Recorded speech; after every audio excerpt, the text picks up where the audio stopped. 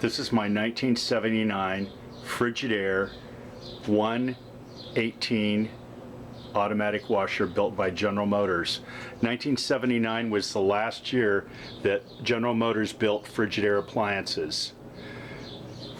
Frigidaire washers were distinguished by an up and down washing action.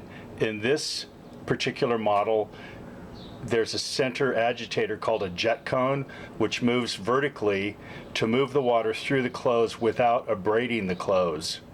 Many people consider this type of washing action the most thorough and best cleaning action ever developed in an automatic washer.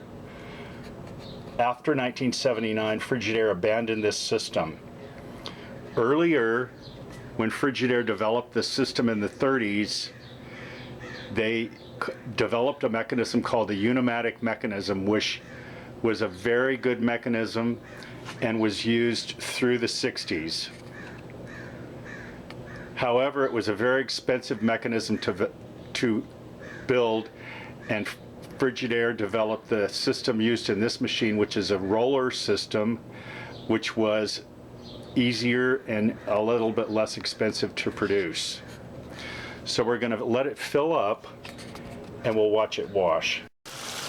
This machine has a circle fill system which fills all around the basket, and up here you can see in blue are the energy saving options, which are cold rinse, cold wash.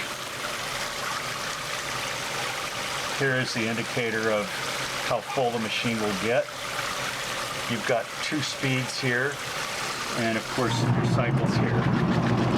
The machine has started because the water level is at the level indicated to make it run. In the back you can see the jet flow filter, which provides a little bit of filtration on these machines. Now you can see that agitator going up and down. There's probably a little bit too much detergent in there. You can't see the actual circulation of the clothes very well. Maybe on the rinse it'll be a little bit more clear how it operates. This machine does have a perforated basket and an outer tub. It will spin and drain at the same time, and the pump is going to pump the water out at a pretty rapid pace. It's not spinning and overflowing into an outer tub, however. It's just spinning and pumping out at the same time. Let me see if I can get it to go into a spin now.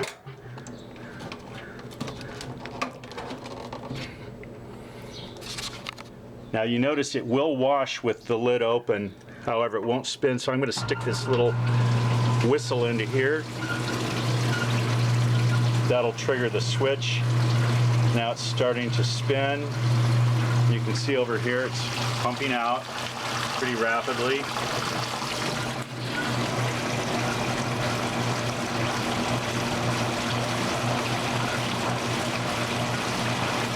These machines spin somewhere in the range of 600 to 700 RPM. Probably someone else knows exactly.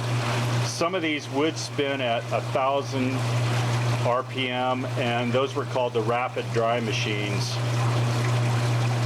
The unimatic Frigidaires would spin at 1,140 RPMs, which would really give you a dry clothes to put in your dryer or hang on your line. These don't provide quite that spin rate, but they do fairly well. Like I said, this washing action really will wash your clothes clean. There's few reasons why it's not used anymore. It's a fairly complicated mechanism to build, and of course nowadays, because of the energy regulations, you can't have this full of a tub of water, which you would need a full tub of water to use this type of system. So here it goes into the full spin. I picked up this machine at an estate sale a few years back, and the lady who had owned it had purchased it new, and now it's shifted into a higher speed. I don't know if you heard that, but these machines start out spinning at the slower speed and then they shift into high at a certain point. Anyway, This lady had taken very good care of this machine. I have not done anything to this machine to get it to run. Her daughter told me that she used only cold water when she washed, thinking that that would help the machine last longer, and maybe that contributed to its longevity.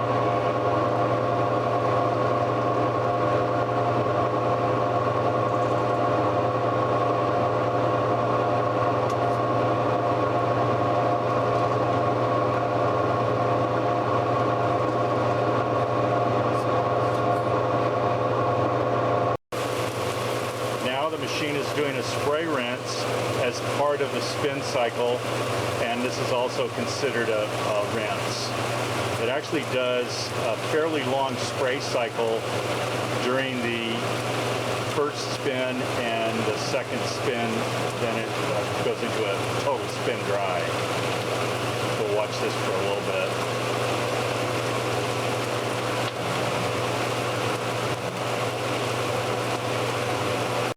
Now we're filling up for the rinse cycle. I'm going to push this over a little bit, start it up.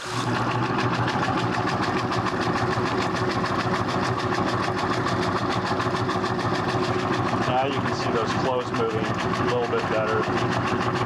Still a little bit of soap left in there.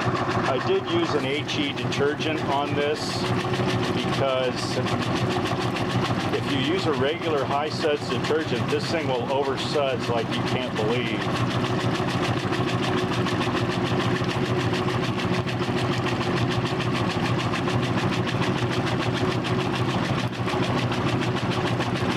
There's a couple reasons why these machines lasted so long. This top and lid are actually porcelain enamel on steel, and that surface is almost indestructible. The rest of the cabinet is a heavy baked enamel, which has lasted very well over the years also. You can see some of the influence of General Motors in the styling. The fake wood grain here does remind you of a 1979 General Motors Buick, maybe.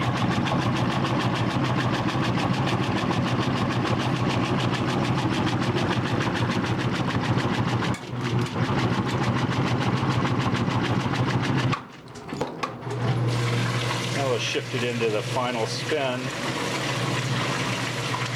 so you can see it ramp up again.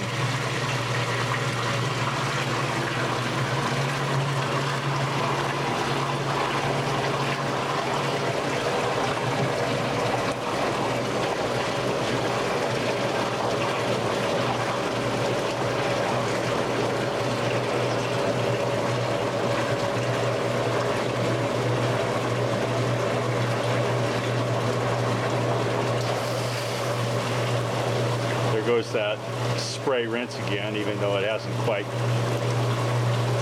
gotten up to the full spin speed yet. That's probably because I shifted it over manually.